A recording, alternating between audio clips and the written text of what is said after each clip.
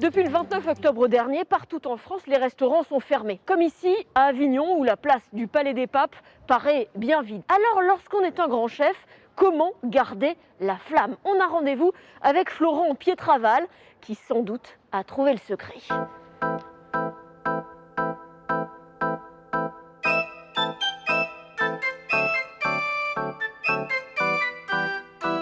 Près des fourneaux de Florent Pietraval, les 60 cuisiniers de la brigade ne sont bien sûr pas revenus. Pourtant, ce matin, il y a comme de la joie dans le coup de pinceau. Florent, vous aviez envie de nous mettre des étoiles dans les yeux. Exactement, je voulais mettre des paillettes dans les yeux de tout le monde. L'idée, c'était avec les copains chefs, chaque semaine, un chef vient avec une belle identité et fait une recette populaire, une recette street food. Donc cette semaine, on a la chance de recevoir Mathieu. Alors, il est où, Mathieu? Il est juste à côté. Venez, Mathieu. Et alors, Mathieu, il vient d'où? Mathieu, à la base, il est australien. Après, il a monté un restaurant dans la région avec sa copine. Je te laisse présenter ton resto. Voilà, donc ça fait un petit moment que je suis en France quand même, et je suis d'Australien de base. Ce qui vraiment fait plaisir aujourd'hui, c'est de partager, de découvrir et de refaire la cuisine, quoi. Ensemble, les deux chefs ont concocté un menu à emporter à base de poulet fermier. Allô? Ouais. Devant les crêperies Le Cloître, on était passé par où? Justement, c'est l'heure de la livraison. Patrick, le fournisseur de volailles, est devant la porte. Des cocottes. Attention. Mais ça va, elles ne se sauvent pas. Direction la cuisine. Bonjour tout le monde. Tiens, Mathieu. L'occasion pour Florent de présenter son fournisseur. Moi, je suis un fournisseur qui est chiant parce que je ne tiens pas toujours mes quantités toute l'année. On est en train de se réguler, mais là, dorénavant, j'ai des volailles tout le temps et j'ai des fromages tout le temps. En fait, notre première mission, c'est l'accueil de personnes en difficulté. On est une association d'accueil. Donc c'est vrai qu'on est lent dans nos constructions parce que tout ce qu'on fait, c'est à la vitesse des gens qui sont là. Sitôt arrivée, sitôt cuisinée, la volaille passe à la friture. Elle ira entre deux petits pains. L'étoilé de la Mirande propose de la nourriture à manger dans la rue, de la street food. Parce que faire une cuisine street avec des produits locaux, ça ramène une autre dimension à un sandwich, quoi. C'est des contraintes, mais en même temps, c'est aussi du plaisir. Et il y a vraiment une différence au niveau du goût, quoi.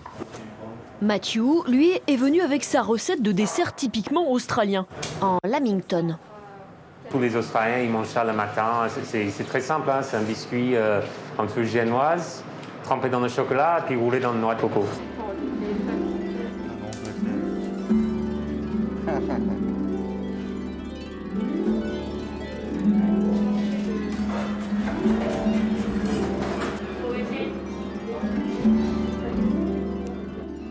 On y va où, là? 11h53, l'heure tourne. Il faut descendre dans la cuisine du bas, le lieu d'accueil des clients. Un petit dressage de sandwich. Et vous vous en doutez, l'essentiel, c'est de tester. Attends. Ouh. Attends. L'important, c'est d'avoir tout dans la bouche en même temps. La bouche est parfaite. La bouche est parfaite. Là, vous vous sentez comment à quelques minutes avant l'ouverture des portes? Voilà, on est déjà à 30 réservés ce midi, donc ça va être un bon service, quoi. On retrouve un petit peu ce côté du service et cette adrénaline qu'on cherche tout le temps, quoi, qui fait partie de l'ADN du cuisinier, quoi. Parce donc, que ça vous manque, ça aussi, depuis le 29 octobre? C'est quelque chose voilà, que ça fait partie de notre taf, quoi. On adore ce coup de boost, là. C'est un truc qu'on avait et qu'on n'a plus. Et c'est vrai que du coup, on va tout préparer à la minute, donc on va vraiment se retrouver un petit peu comme ça à fond. Et c'est parti. Ok. Tac, tac.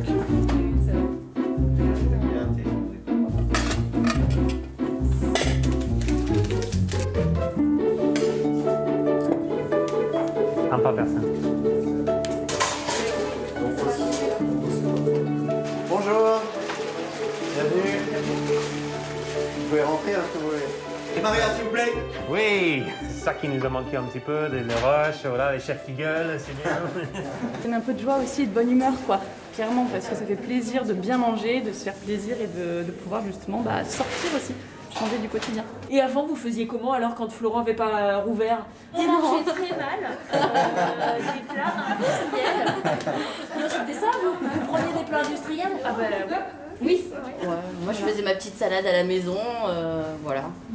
On cherchait pas trop plus simple quoi. En plus nous on est juste à côté donc c'est vrai que c'est pratique et c'est délicieux. Vraiment. Et est-ce que ça vous remet un peu... on a l'impression de voir le bout du tunnel finalement. C'est vrai, on n'a pas la chance d'aller au restaurant mais un petit peu là. On la porte avec nous donc ouais, ça fait plaisir. Qu'est-ce que vous faites? Ah bah là, j'ai fait les desserts aujourd'hui, mais là j'en profite parce que j'ai une petite pause comme on est assez pour envoyer. Je m'occupe des réseaux, du coup, de la communication, parce que c'est vrai que là aujourd'hui c'est ce qui est important. Comment vous êtes rentré en contact, enfin comment vous avez eu l'idée de venir là? Ben, j'ai vu une publication sur Insta et c'est comme ça que j'ai connu ici. Et je les ai invités. Je les ai embarqués avec moi. On arrive à faire passer un message à des plus jeunes que notre clientèle de d'habitude. Ils découvrent un endroit qu'on ne connaissait pas forcément. Donc c'était aussi le but de ce pop-up, c'est de créer un peu comme ça une émulation en ville. Et ça marche plutôt bien, on est content. Au pied du Palais des Papes, les sandwichs du chef étoilé et de son ami australien se découvrent enfin, comme un espoir peut-être d'une liberté bientôt retrouvée.